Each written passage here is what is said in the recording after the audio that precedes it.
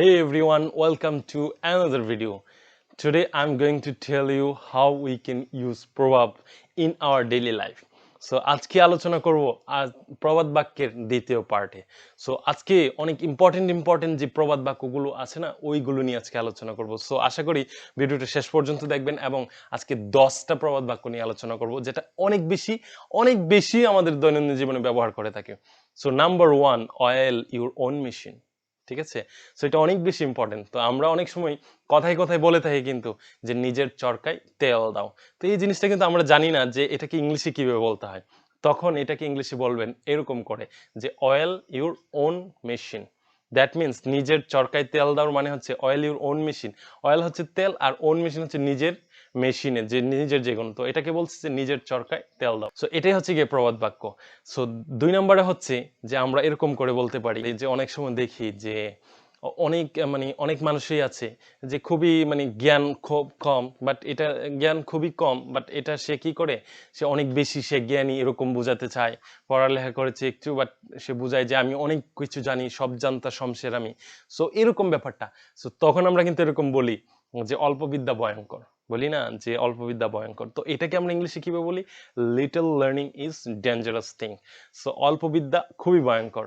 ঠিক আছে, সো কেউ অল্প বিদ্যা অর্জন করবেন না। যদি বিদ্যায় অর্জন করতে হয় একদম সর্বশেষ পর্যন্ত যতটুকু পড়াশোনা করলে বলে যে বিদ্যা অর্জন হয়েছে, যে কোনো বিষয়ে আপনি অল্প বিদ্যা ভয়ঙ্কর, অল্প বিদ্যা অর্জন করেন। শুধু পড়ালেখার ক্ষেত্রে না, যে কোনো কাজও শিখেন যদি একটু জানলে কিন্তু আপনার জন্য খুবই মুশকিল। একটু করে সব কাজ জানে মানুষে, এরকম মানুষ কখনোই সফল হতে পারে না, সাকসেস হতে পারে না। সো সব বিষয়ে পারদর্শী এরকম হওয়া যাবে না, যে কোনো একটা উপরে পারদর্শী হতে হবে। সো অল্প বিদ্যা ভয়ঙ্কর, little learning is dangerous thing. ঠিক আছে, so then we have another proverb, অতি লোভে তাঁতি নষ্ট। অতি লোভে তাঁতি নষ্ট। তো কখন আমরা এই কাজটা এটা বলি? ধরেন কোনো কিছু মানুষ খুব অল্প জিনিসেই সে অনেক বেশি বড়লোক হতে চায়, অনেক বেশি ছায়া অনেক বেশি ছায়া পেলে না, তো আমরা সে অল্প করতে গিয়ে ধরেন বলতেছে এখানে 5 টাকা দিলে এখানে 5,000 টাকা হবে। তখন কি করে মানুষের 5 টাকা কিন্তু দিয়েছে, কখনো কোশ্চেন করে না যে আমি যে 5 টাকা দিচ্ছি, তো এটা 5,000 টাকা কিভাবে হয়ে আসবে, 5,000 টাকা নিয়ে এসে চলে যাবে। সো এটা কি বোঝাচ্ছে যে অতি লোভে তাঁতি নষ্ট। এটাকে ইংলিশে আপনি কিভাবে বলবেন? এটাকে বলবেন গ্র্যাবস অল, লুজ অল। ঠিক আছে, গ্র্যাবস all, loose all.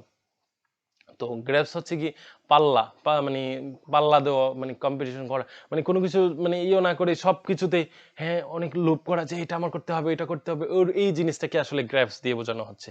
So গ্র্যাবস all, loose all এরকম যদি কেউ করে তাহলে সে সবকিছুই হারাবে, সেটাই হচ্ছে কি গ্র্যাবস অল, লুজ অল। সো আরেকটা জিনিস হচ্ছে অতিভক্তি চোরের লক্ষণ।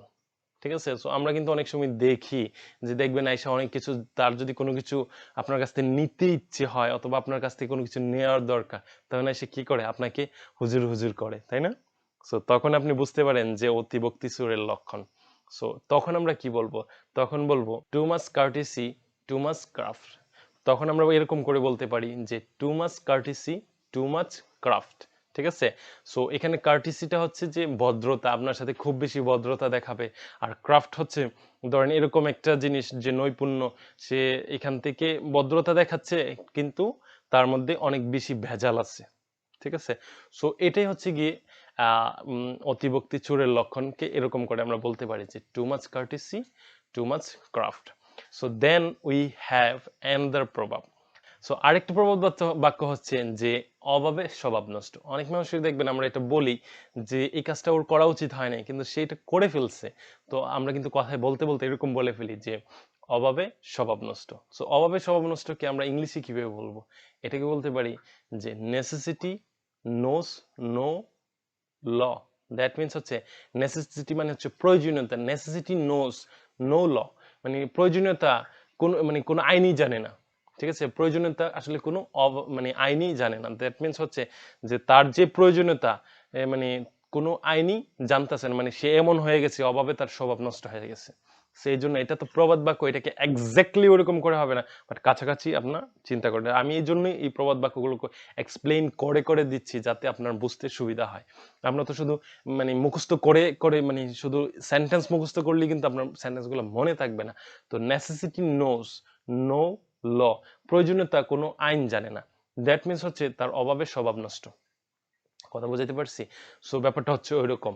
তারপরে আমরা বলতে পারি যে আয় বুঝে ব্যয় করো। ধরেন আমাদের সমাজে কিন্তু অনেকেই আছে, আমরা ধরেন সে ধরেন ৫,০০০, ধরেন আপনার ক্ষেত্রে চিন্তা করেন, আপনি ৫,০০০ টাকা ইনকাম করেন, আপনি প্রতি মাসে ৭,০০০ টাকা ব্যয় করেন। তাহলে কি হলো ব্যাপারটা? তো আপনাকে কেউ এরকম করে বলতেছে তুমি এরকম করে চলো না, আয় বুঝে ব্যয় করো। ধরেন আপনি কাউকে এর উপদেশটা দিচ্ছেন, তখন ইংলিশে এটা কিভাবে দিবেন? ইংলিশে দিবেন cut your coat according to your cloth. That means আপনাকে বলতেছে যে আপনার যে মানে কাপড় আছে ওই কাপড়টাকে কোটটাকে এরকম করে কাটেন, ঠিক আছে? তো এরকম করে কাটতে হবে অ্যাকর্ডিং টু ইউর ক্লথ, মানে কাপড় যতটুকু আছে এই অনুযায়ী আপনি কোট কাটেন। কথা বুঝছেন? তো কথা বুঝতে পেরেছেন? সো ব্যাপারটা হচ্ছে যে যতটুক আছে সেই অনুযায়ী হিসাব করে তারপরে আপনাকে এই কাজ মানে বাকি যে কাজটা আছে ওটা ব্যয় করতে হবে। সো এখান থেকেই সেটা বোঝাচ্ছে যে cut your coat according to your cloth. তারপরে আমরা এরকম করে বলতে পারি যে অবস্থা বুঝে ব্যবস্থা করো। ধরেন আমাদের আমাদের সমাজে অনেক সময় এরকম হয়, মানে আমাদের লাইফ এরকম হয় যে কোনো কিছুর মানে খুটখাট কোনো কিছু, হ্যাঁ এটা হচ্ছে ওইটা হচ্ছে, কোনো অবস্থা না বুঝেই আসলে দৌড়াদৌড়ি করি। তখন আপনি কাউকে এরকম সময় বলতে পারেন যে অবস্থা বুঝে ব্যবস্থা করো, রিল্যাক্স। ঠিক আছে, রিল্যাক্স হও আগে, তারপরে অবস্থাটা বুঝে তারপর ব্যবস্থা নিতে হবে। So look before you leave, আপনাকে বোঝাচ্ছে যে আপনি অবস্থাটা বুঝেন তারপরে লিভ। লিভ মানে হচ্ছে লাফালাফি করা। ঠিক আছে, লুক বিফোর আগে দেখো তারপরে লাফালাফি করো, মানে ব্যাপারটা এরকম ইংলিশটাকে ট্রান্সলেট করলে। বাট এর মানে হচ্ছে যে আগে অবস্থাটা বুঝো, লুক বিফোর আগে দেখো, দেন তারপরে যেটা করার সেটা করো। Look before your leave. So আরেকটা জিনিস হচ্ছে অনেক বেশি ইম্পর্টেন্ট, আমরা আমরা আমাদের দৈনন্দিন জীবনে ব্যবহার করে থাকি, সবাইকে বলি যে ইচ্ছা থাকলে উপায় হয়। কোনো কাজ আপনার করার খুবই ইচ্ছে, তখন আপনি উপদেশ দিচ্ছেন তোমার যদি ইচ্ছে থাকে তুমি কাজটা করতে পারবা, ইচ্ছে থাকলে উপায় হয়। তো এটা কিভাবে বলবেন? Where there is a will there is a way. যেখানে দেয়ার ইজ এ উইল হবে জিনিসটা সম্ভাবনা এরকম আছে, তখন সেখানে রাস্তা আছে। তো এটাই মানে বোঝাচ্ছে যে ইচ্ছা থাকলে উপায় হয়। ঠিক আছে, তো আমরা এটাকে এরকম করে বলতে পারি, আমরা এরকম করে বলতে পারি যে where there is a will there is a way. যেখানে হবে এরকম সম্ভাবনা আছে সেখানে কি হবে? সেখানে রাস্তা অবশ্যই আছে, সেটা করতে পারবা। সো আমাদের সমাজে অনেক মানুষই আছে, আমরা এরকম বলে থাকি যে জোর যার মূল্যক তার। দ্যাট মিন্স এটা হচ্ছে যার শক্তি বেশি সেই সবকিছু প্রভাব খাটাচ্ছে। ঠিক আছে, সো এটাকে আমরা কিভাবে বলতে পারি? Might is right. মাইট মানে হচ্ছে শক্তি, ইজ রাইট মানে রাইট হচ্ছে অধিকার, যে শক্তি আছে তারই বেশি অধিকার। ঠিক আছে, সো মাইট ইজ রাইট, জোর যার মূল্যক তার। এটাকে এরকম করে আমরা এই কথাটা ইংলিশটার এই প্রভাবটা এরকম করে বলতে পারি। সবার শেষে যে আজকে যে 10 নম্বরের যেই ইয়েটা বলবো, প্রভাবটা বলবো, সেটা খুব মানে খুবই ইম্পর্টেন্ট, আমাদের জীবনে খুব বেশি এটা ঘটে।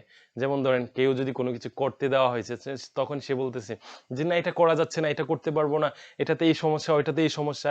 ধরেন কাউকে আপনি বললেন যে ইংলিশ শেখার জন্য, সে বলতেছে না ও তো মানে ইংলিশ শিখতে পারবে না, ইংলিশ বই ভালো না, এটা ভালো না, ইংলিশ অনেক মানে বোরিং লাগে এরকম। ওর আসলে জিনিসটা, ওর যে দোষ হচ্ছে সেটা বলতেছে না, দোষ দিচ্ছে সাইফুলস ইংলিশ হোমকে, যে বলতে সাইফুলস ইংলিশ হোম ভালোভাবে বোঝাচ্ছে না, শেখাচ্ছে না। সো এটা করা যাবে না, জাস্ট কিডিং।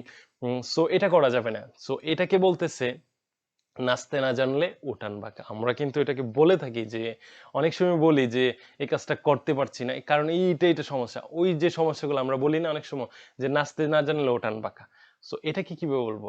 এটাকে বলবো যে a bad workman quarrel with his tools. ঠিক আছে, এ ব্যাড ওয়ার্কম্যান একজন খারাপ লোক, কোয়ারেল উইথ হিজ টুলস মানে তার যে যন্ত্রপাতি আছে, একজন খারাপ লোক সে তার মানে ঝগড়া করে, যন্ত্রপাতির সাথে ঝগড়া করে। এটাতে এটাই বোঝাচ্ছে যে নাচতে না জানলে উঠান বাঁকা। সে কাজটা করতে পারছে না, সে শুধু অন্য অন্য যে দোষগুলো আছে এগুলোকে ধরছে। সো আজকে এই পর্যন্তই, যে never become a bad workman quarrel with, মানে নাচতে না জানলে ওঠান বাঁকা, never never B a bad workman. ঠিক আছে, সো কখনো ব্যাড ওয়ার্কম্যান হওয়া যাবে না, সব সময় ভালোভাবে থিঙ্কিং করতে হবে, পজিটিভ থিঙ্কিং করতে হবে। সো ভালো থিঙ্কিং এবং পজিটিভ থিঙ্কিং এর ক্ষেত্রে দিয়ে আপনি আপনার লাইফকে অনেক বেশি প্রসপারিয়াস করতে পারবেন, উন্নতি করতে পারবেন। সো আজকে এই পর্যন্তই, সবাই ভালো থাকবেন এবং যারা আমার ভিডিওটি দেখছেন লাইক কমেন্ট শেয়ার এবং সাবস্ক্রাইব করতে ভুলবেন না। See you again very soon in the next video. Till then আল্লাহ হাফেজ, বাই বাই।